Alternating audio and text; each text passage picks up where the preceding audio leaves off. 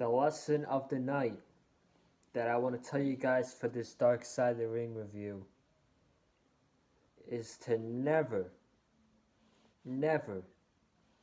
be possessed with cocaine. If you possess yourself with cocaine, you're gonna die. It could be close to death. It's stuff like that. I am almost close to shedding a tear. My eyes are watery. You can see right there, my eyes are very watery as I started to water up the last few minutes of the documentary. It's very upsetting that Herb Abrams, a man who ran a wrestling company that had potential in UWF, had potential, and he washed it all away. He washed it all away with the cocaine and the hookers. And Dark Side of the Ring, Device said a very, they said a line that stuck in my head. Herb Abrams died loving what he did best: cocaine and hookers. It sucks. And I would never want any of my close friends to go through that tragedy, and it's not worth it. It's not worth it, and to have the image of him laying all in cocaine and him go through everything, the pillows and the Vaseline, and paying $2,000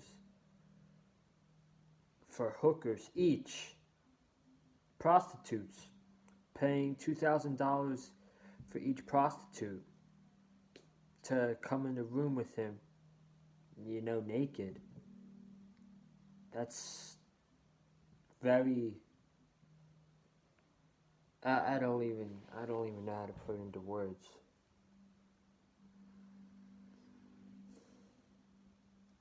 I really don't even know how to put it into words.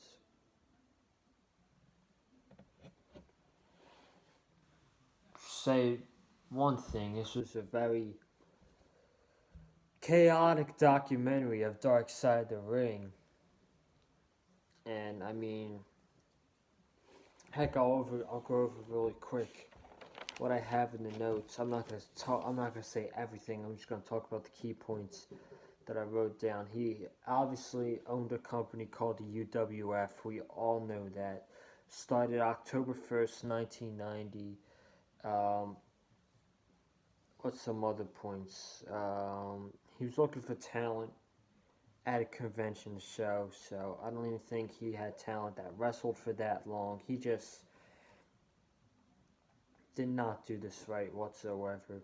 In my opinion, he didn't do this right. Um, the UWF press conference turned into a huge brawl at the WrestleFan convention. That was very important, I thought. That's like the Wrestle convention is like now today's Starcast, basically, in my opinion. Where was another question is that Herb Abrams had two bank accounts, one with his wrestling and then the other with cocaine, I think. And he had millions and millions that he wasn't paying people for. Where was he getting all this money from? I think he was getting money from the clothing company in New York City. That's just my thoughts. That's just my prediction on it. That's where I think he got all the money from. Or maybe he stole money. Who knows? Um, they had at the UWF had some pretty damn good guys too. They had Stevie Ray.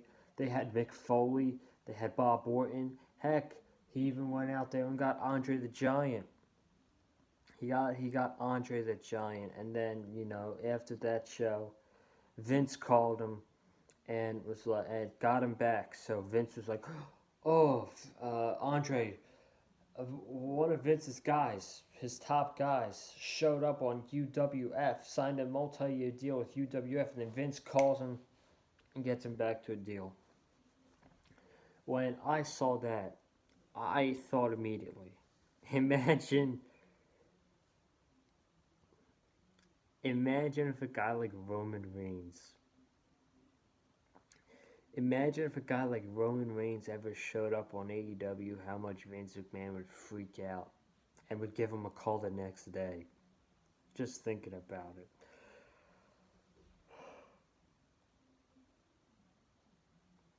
I'm tired, man. Long day. Long day. Emotional episode, too. I'm really. Man, let's just continue. So Herb Abrams walks into Marty Yesberg's hotel room with two naked women that he paid, and they're smoking cocaine, and Marty just left the room. Good. Good, that's what he should have done. Herb wanted to put WWF out of business. That wasn't going to happen. Abrams signed Andre the Giant to a contract. That was their biggest signing. Um, After he showed up on UWF, Andre got a call from Vince McMahon, and he was back with the WWF the week after. Talked about that. He started running out of ideas, and he put himself as the star of the show. So right then and there, his company was dead. Because I think after they lost Andre the Giant, they went down. That's my thoughts. UWF sell very corny and cringe merchandise such as Herbie cookies. I got a chuckle out of me. Mick Foley was putting it over a lot in this one. Herbie cookies. Make sure you get your Herbie cookies. His pay-per-view back then was $14.95. Beach Brawl. Days before the pay-per-view was partying all night with the hookers. Hardly any people showed up to the show, and the show sucked. My surprise, no. Because he was probably not focused. He was probably, you know, all cocained out and didn't care about the show. Right, and then it became the point where wrestlers started to confront Herb Abrams, getting pissed off that he didn't pay him money, and he had all these millions of dollars, and he wasn't paying his wrestlers, and he was saving it for hookers and cocaine, and then the wrestlers threatened to throw him off a balcony. So that was pretty damn crazy. His party style grew more intense. He kept twitching while he was a segment. That was early in the part. He came back for another show a year later called Blackjack Brawl. It was at the MGM Grand, which is have a seating capacity of about 17,000 people, and it only had about 200 people in the arena. And on that night, Mick Foley and Jimmy Snuka had a match, which that was one of Mick Foley's dream matches. So imagine having to have one of your dream matches at the MGM Grand Arena in front of 200 people. That's gotta be depressing. And it ended in a double DQ to make it worse. It ended in a double DQ.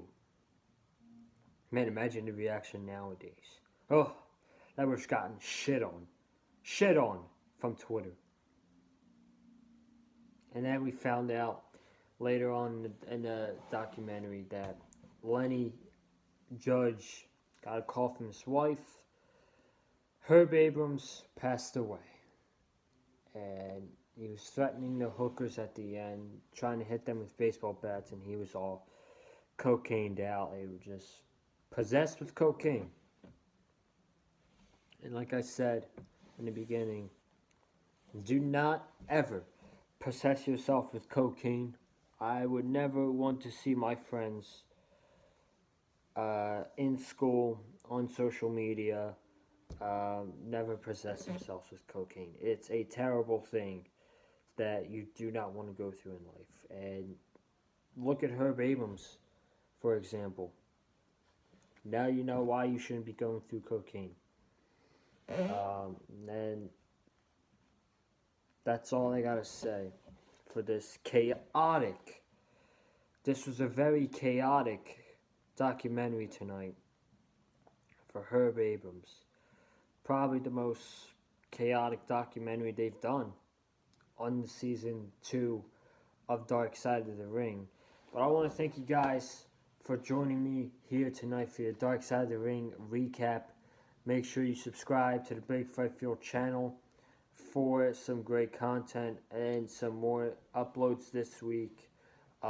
As I promoted today on Twitter, Friday, May 8th, I will be on here, the Big Fight Field channel, for your Money in the Bank predictions.